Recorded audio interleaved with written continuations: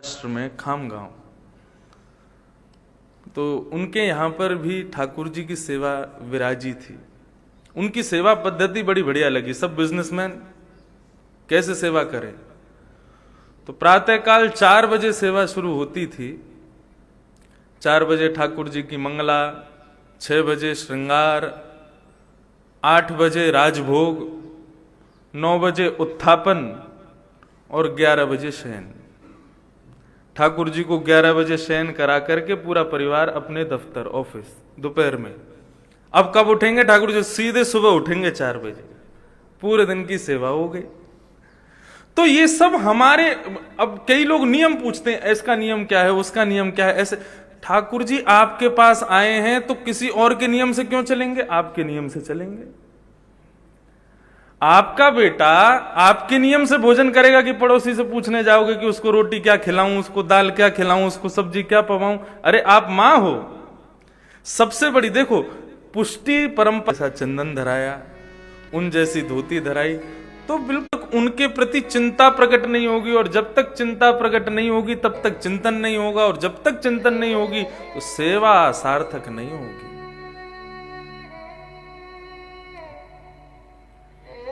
गोसाई जी श्रीनाथ जी की सेवा कर रहे थे, इतने में बिल्ली आ गई गर्भगृह में। तो बिल्ली को देखते ही परब्रह्म, जगदाधार, जगत नियंता, त्रिलोकी का स्वामी, वो बिल्ली को देख करके डर रहे। बोले तू भगाओ उसको, भगाओ। गोसाई जी बोले बिल्ली से डर रहे हो? आप परब्रह्म हो के बिल्ली से डर रहे हो? सो श्रीनाथ जी अपने खंडपात चौकी से उतर गए और मंदिर छोड़ के जाने लगे। गोसाई जी बोले अरे जे कहा भय हो, कहां जा रहे हो? बोले तुमने सोच कैसे लई कि मुंह को डर ना लगे? मैं तुम्हारो लाला हूं, और जो जो लाला को जैसे जैसे भाव बालक को मैं, सब भाव मेरे भीतर है। तो हे मोहे नाते अनेक, मानिए जो भावे, जो त्यों तुलसी कृपाल, चरण शरण पावे।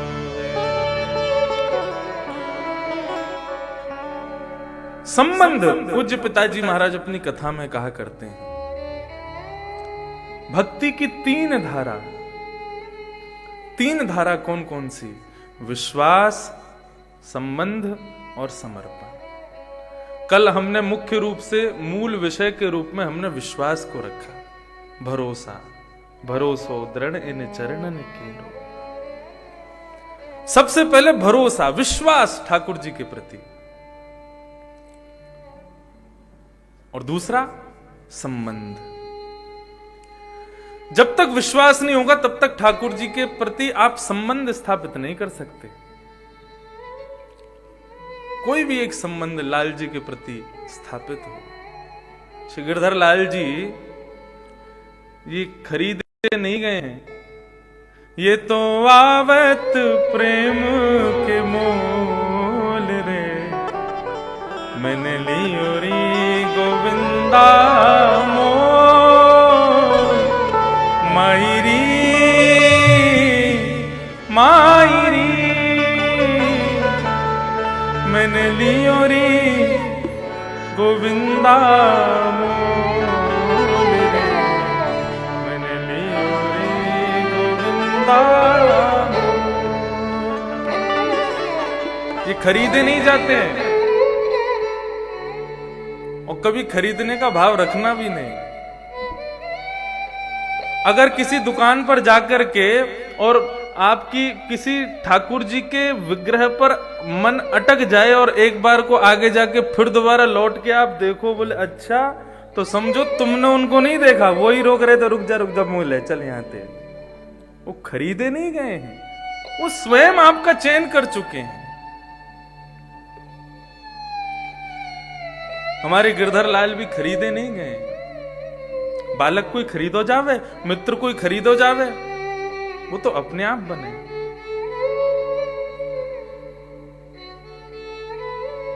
2 वर्ष पूर्व नाथ द्वारा दर्शन करने के लिए मैं गया। श्रीनाथ जी के खूब चरित्र हमने अपने पूज्य नाना जी से सुने। अष्ट सखाओं की वार्ताएं, उनके पद हमने पूज्य नाना जी पंडित श्री कृष्ण लाल शास्त्री जी, उनसे सुने। लेकिन आपको आश्चर्य होगा, मुझे श्रीनाथ द्वारा मैं पहली बार 21 वर्ष की उम्र में गया था। कभी नाथ द्वारा ही नहीं गया, दर्शन ही नहीं हुए श्रीनाथ जी के, बस चित्र में ही दर्शन किए थे। नाथ द्वारा दर्शन करने के लिए गए, तब वहां पर तब वो पद बड़ा प्रसिद्ध हुआ था, गोवर्धन वासी सांवरे तुम बिन रहो ना जाए।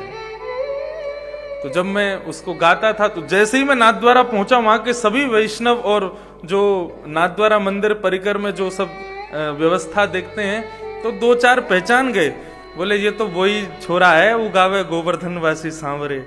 तो एक आके मुझसे बोले अरे श्री जी को ये पद बहुत प्रिय है, आप ठाकुर जी के सन्मुख अपने भाव से ही सुना दो।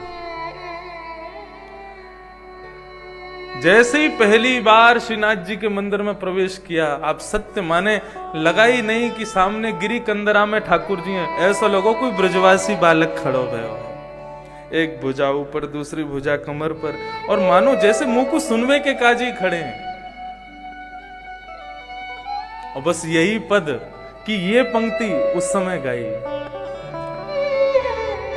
दर्शन को नैना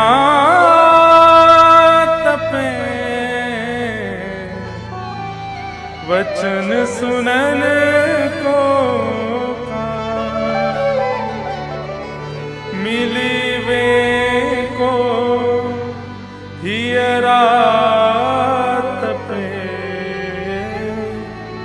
हिय के जीवन प्राण,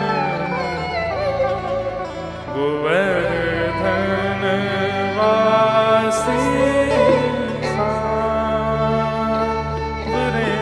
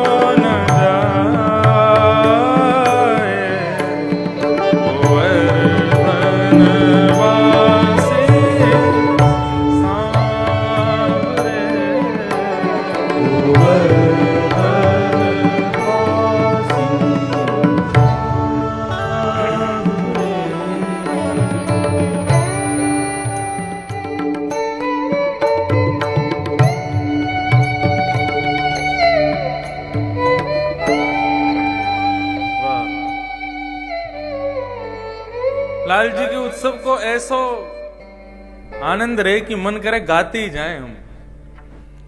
इस पद को ठाकुर जी को भोग धराते समय कभी मत गाना, शयन कराते समय कभी मत गाना। क्यों? बोले यदि भोग धराते हैं और ये पद गाते हैं तो ठाकुर जी पाते नहीं है, रोते हैं। फिर ठाकुर जी का विरह भाव है। कब गाओ? बोले श्रृंगार के समय गाओ। अभी श्रृंगार आरती हुई है, अब गा सकते। भोग धराते समय क्या होता है कि जैसे हम कपाट लगाते, पर्दा क्यों लगाते हैं ठाकुर जी के आगे? ठाकुर जी बेचारे हमारे लिए एक ही अवस्था में रहते हैं। जैसे हम पर्दा लगाते हैं, ठाकुर जी सहज हो जाते हैं, सहज होके पाने लगते हैं। अकेले नहीं पाते, सारे सखा आते हैं उनके, ये मधुमंगल सीदामा आदि सब आ जाते हैं वहां पे। ठाकुर जी ले तू भी खा, ले तू भी खा, देख आज इंद्रेश की मैया ने लड्डू बनायो है, आज देख ही का बन के आयो है, और देख आज तो अचार आयो है, आज तो रबड़ी बनी है, आहो आज तो कल गुंजिया का भोग। श्री पंडरीनाथ भगवान के लिए गुंजिया का भोग आया।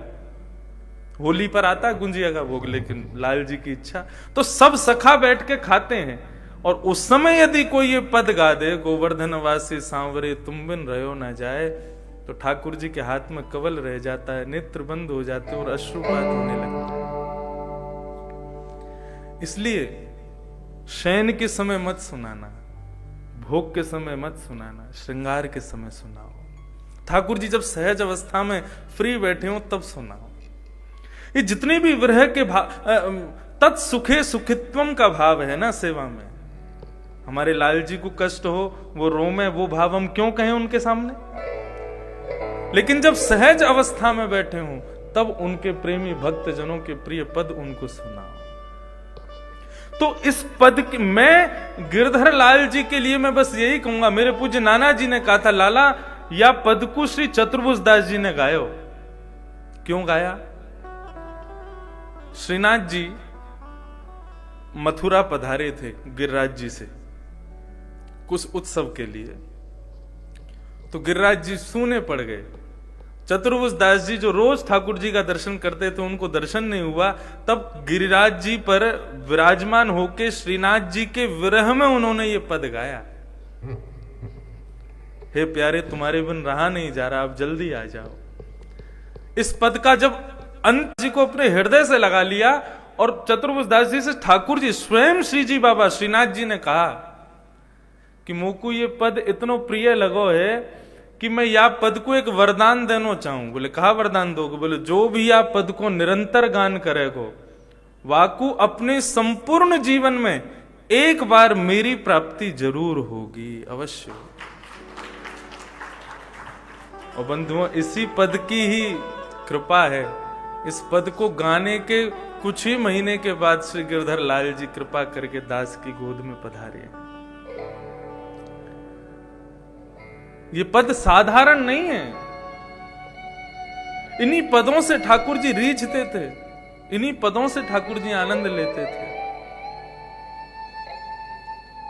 ऐसे सुंदर सुंदर पद ठाकुर जी के सन्मुख सुनाने चाहिए। भगवान कृपा करेंगे, आनंद करेंगे। तो लाल जी का मंगलमय उत्सव चल रहा है। कल ठाकुर जी का पंढरपुर महोत्सव हुआ। कल ठाकुर जी पंडरीनाथ भगवान बने। आज ठाकुर जी की दीप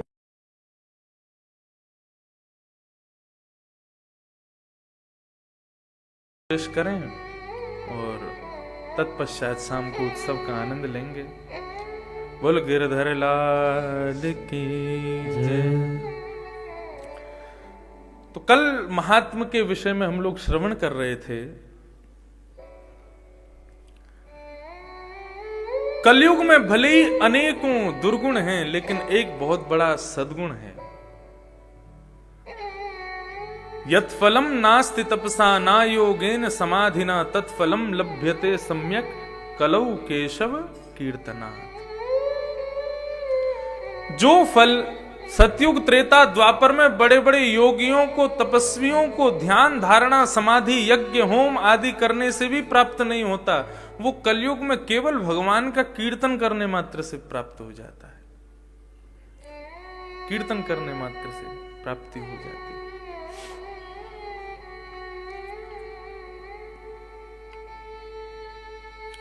नारद जी महाराज भक्ति महारानी को समझा रहे हैं कि भक्ति विपत्ति और दुविधा ये संपूर्ण जीवन में आती ही रहेंगी, इनसे कभी हम बच नहीं सकते। कलयुग भी एक विपत्ति है तुम्हारे लिए, लेकिन विपत्ति को विपत्ति समझो मत। विपत्ति आती है जीवन में तो कुछ ना कुछ दे करके जाती है, सिखा करके जाती है। एक प्रकार से मैं अपनी भाषा में कहूं तो उसको अव्वल बनने के लिए, श्रेष्ठ बनने के लिए जीवन में परीक्षा होनी चाहिए। विद्यालय में या फिर कॉलेज में, यूनिवर्सिटी में, विश्वविद्यालय में एक श्रेष्ठ स्थान प्राप्त करने के लिए आपके परीक्षा होनी बहुत जरूरी है। एग्जामिनेशंस बहुत इंपॉर्टेंट हैं। यदि वो नहीं देंगे, आप सोचो कि मैं कॉलेज जाऊं, स्कूल जाऊं, लेकिन कभी एग्जाम ना हो, कभी मेरी परीक्षा ना हो, ऐसा संभव हो सकता है? और यदि आप धन के बल पर इसको संभव करवा भी दोगे तो उससे फायदा क्या होगा आपको? कोई फायदा नहीं है। ठीक उसी प्रकार ये संसार भी एक दुखालय है। वो विद्यालय है, ये दुखालय है। और इस दुखालय की परीक्षाएं विपत्तियां ही हैं। और ये परीक्षाएं क्यों आई हैं जीवन में? ताकि आप श्रेष्ठता को प्राप्त कर सको। परीक्षा लेते भगवान ही हैं। कोई अध्यापक यदि बालक से बहुत प्रेम करता है तो इसका मतलब यह तो नहीं कि वो उसकी परीक्षा नहीं लेगा। परीक्षा लेगा, लेकिन बहुत आशाएं रख करके लेगा कि मुझे तुझसे बहुत आशाएं हैं। ऐसे ही ठाकुर जी हमारे जीवन में विपत्तियां देते हैं, और जब विपत्ति भेजते हैं तब आश लगा के बैठते हैं, अब तुम कैसे निकलोगे। चाहते तो हैं कि हम निकलें,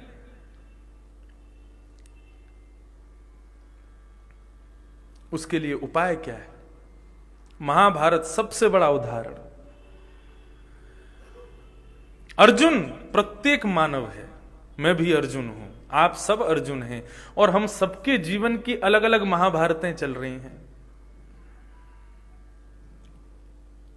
हम सबके सामने योद्धा बड़े बड़े तीर कमान लेकर के खड़े हैं, लेकिन असमंजस में हैं कि किससे लड़ें, किसको मारें, कैसे निकलें इस भवाटवी से। अकेला अर्जुन प्रयास करता है तो महाभारत नहीं जीत पाएगा। अर्जुन भगवान के पास द्वारिका गया, साथ में दुर्योधन भी गया। दोनों भगवान कृष्ण के पास गए तो भगवान कृष्ण द्वारिकाधीश बोले, आओ भैया, कैसे आए? बोले, महाभारत का युद्ध होने वाला है, आप किसके पक्ष में रहेंगे? दुर्योधन के पक्ष में कि मेरे पक्ष में? भगवान बोले, हम एक का नाम लेंगे तो फिर हम पक्षपाती माने जाएंगे। एक नियम रख देते हैं। क्या? बोले, एक तरफ तो मैं रहूंगा और एक तरफ द्वारिका की पूरी सेना रहेगी, और मेरा तो नियम है कि मैं इस महाभारत युद्ध में शस्त्र धारण नहीं करूंगा। जब भगवान ने कहा कि मैं शस्त्र धारण नहीं करूंगा तो दुर्योधन लपक करके बोला, तो मुझे अपनी सेना दे दो, फिर बिना शस्त्र अस्त्र के आपकी क्या पूजा करेंगे हम लोग? एक सैनिक, और वो भी बिना शस्त्र अस्त्र का। उससे बढ़िया तो ये असंख्य सैनिक मिलेंगे शस्त्र अस्त्र वाले, इनसे बढ़िया रहेगा। भगवान बोले, ले जाओ। दुर्योधन सेना लेकर के चला गया। पूर्ण समर्पण का भाव, ये मैं बताना चाह रहा हूं। अर्जुन को भगवान कहते हैं कि मैंने तेरे लिए तो वो नियम बनाया था ताकि तू तुरंत बोल देगा कि मुझको सेना दे दो, तो तेरे को सेना मिल जाएगी और मैं दुर्योधन के पक्ष में चला जाऊंगा। तुम पांडव वैसे भी इतने बलवान नहीं हो, तुम्हारी तरफ मेरी सेना आती तो बढ़िया रहता। क्यों नहीं मांगी तुमने सेना? अब तो तुम्हारे पक्ष में मैं आऊंगा, और वो भी बिना किसी अस्त्र शस्त्र के। अर्जुन मुस्कुराते हुए भगवान को प्रणाम करते हैं और बहुत सुंदर बात कहते हैं, प्रभु आपके पास में समाचार ही गलत गया है कि मैं कुछ मांगने आया था। मैं आपसे कुछ मांगने नहीं आया, ना मैं आपको मांगने आया हूं। आपको रखने की सामर्थ्य नहीं है हमारे पास में। हमसे पूछो, सुबह उठो 6 बजे उठ करके नहा धो करके फिर इनको उठाओ। भगवान सारे काम हमारे बाद करते हैं। हम पहले नहाएंगे, वो बाद में नहाएंगे। बस भोजन पहले करते हैं, भोजन हमको बाद में देंगे, पहले स्वयं कर लेंगे। तो अर्जुन बोला, आपकी सेवा करना साधारण तो है नहीं। सुबह उठाओ, फिर नहलाओ धुलाओ, उसके बाद तुम्हारा श्रृंगार करो, उसके बाद तुम्हें भोग पधराओ, फिर तुम्हारी आरती करो। इतनी झंझटें मैं नहीं रखता अपने पास। ना तो मैं तुमको मांगने आया हूं, ना तुमसे कुछ मांगने आया हूं। भगवान बोले, तो फिर क्यों आए हो? अर्जुन कहता है, महाभारत का युद्ध मेरे सामने है। ये महाभारत का युद्ध मुझे निगल जाएगा प्रभु। मुझे कैसे युद्ध करना है मुझे नहीं पता। ना मैं आपसे कुछ मांगने आया, ना मैं आपको मांगने आया। चरण पकड़ के कहता है अर्जुन, मैं अपने आप को आपको देने आया कि आप अपने पास रख लो, आप अपनी शरण में ले लो। अब आप निर्देशन करो कि मैं क्या करूं, कैसे करूं। पूर्ण समर्पण।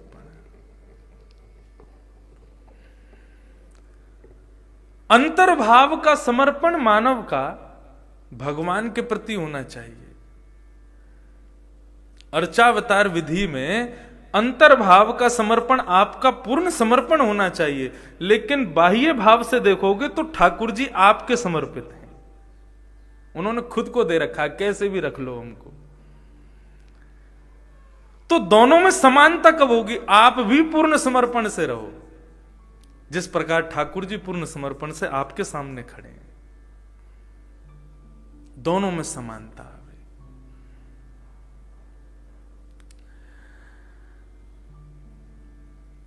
कलयुग में भले ही दुर्गुण बहुत हैं, लेकिन एक सबसे बड़ा सद्गुण है कि यहां केवल कीर्तन करने मात्र से भगवत प्राप्ति। पूज्य नाना जी कहते थे, भक्ति सबसे सरल कलयुग की क्यों है लाला? हमने की क्यों है? बोले पटाखे की दुकान पे पटाखो खरीदवे जाओ, कब जाओ? बोले जब दुकान बंद देवे लग जाए तब जाओ। क्यों? तो फिर 100 रुपए का पटाखा भी आपको 80, 70, 50 तक में मिल जाएगा, सस्ता हो जाएगा। मैंने कि मैं समझा नहीं आपकी बात। बोले लाला, इस सतयुग, त्रेता, द्वापर, कलयुग, ये 4 दुकान है भगवान की।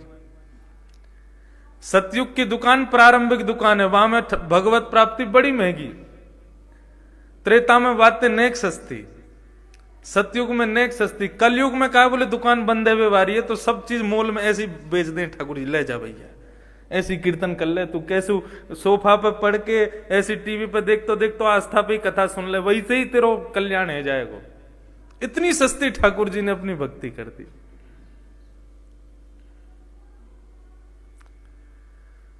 कलयुग का यह गुण है।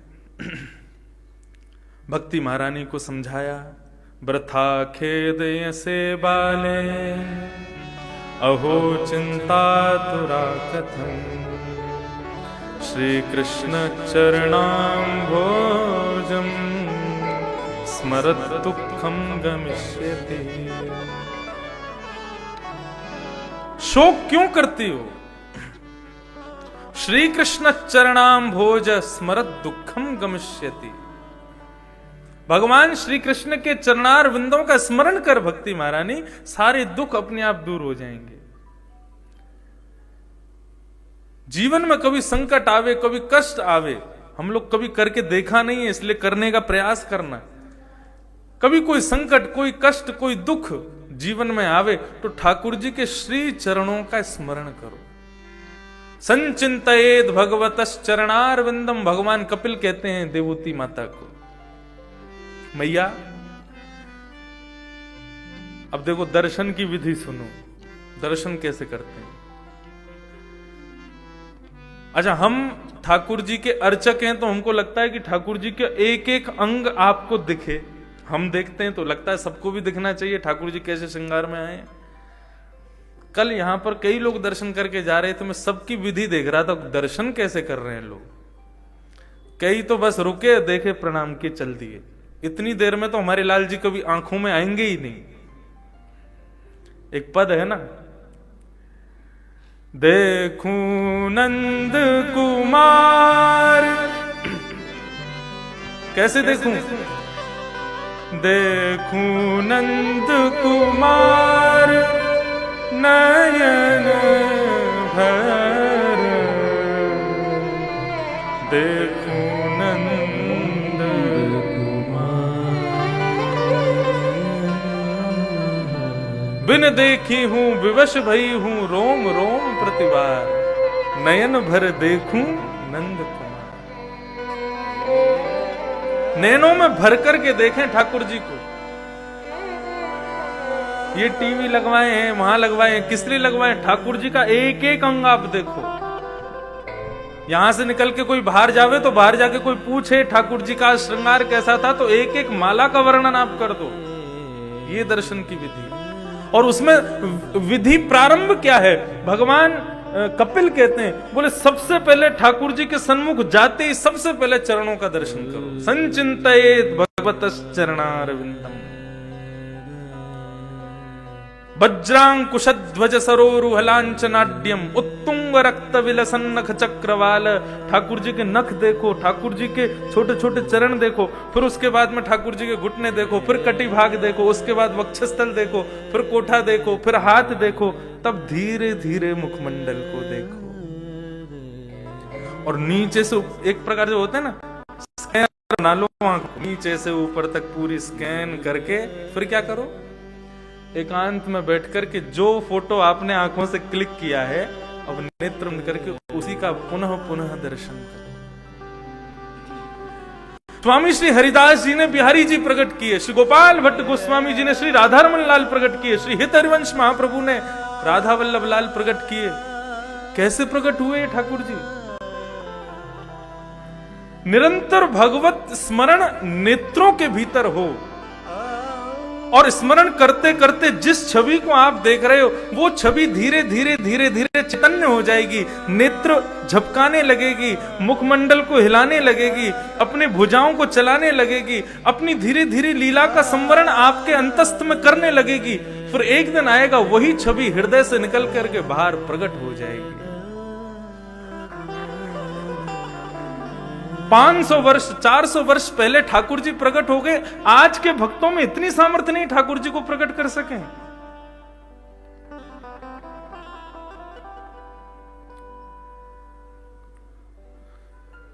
दर्शन की विधि बड़ी श्रेष्ठ है।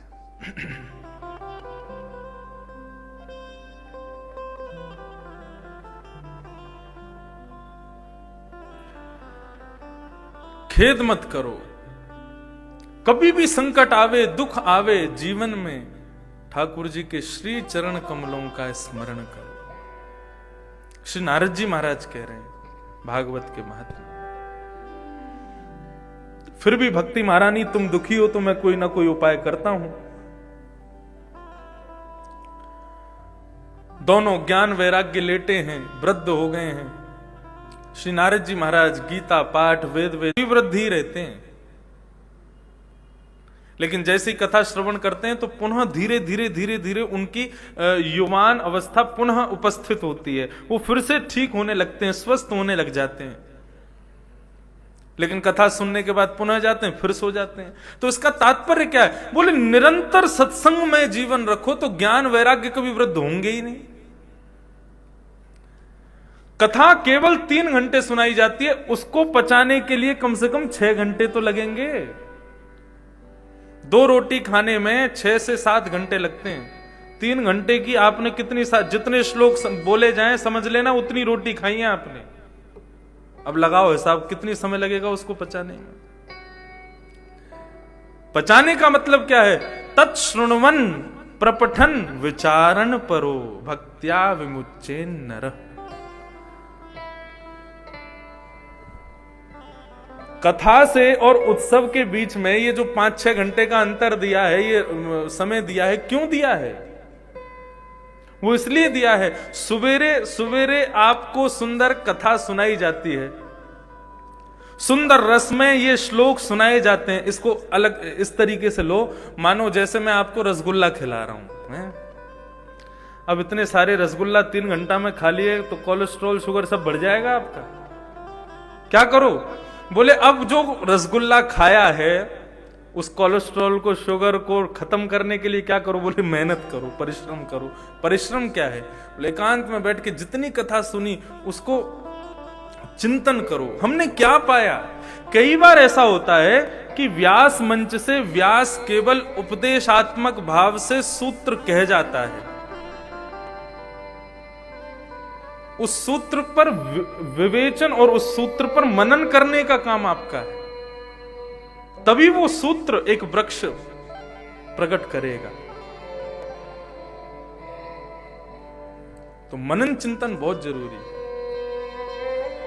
तो ज्ञान वैराग्य की वृद्धता का सबसे बड़ा कारण यह है कि केवल श्रवण तक सीमित रखा है हमने कथा को, उसका मनन चिंतन नहीं किया।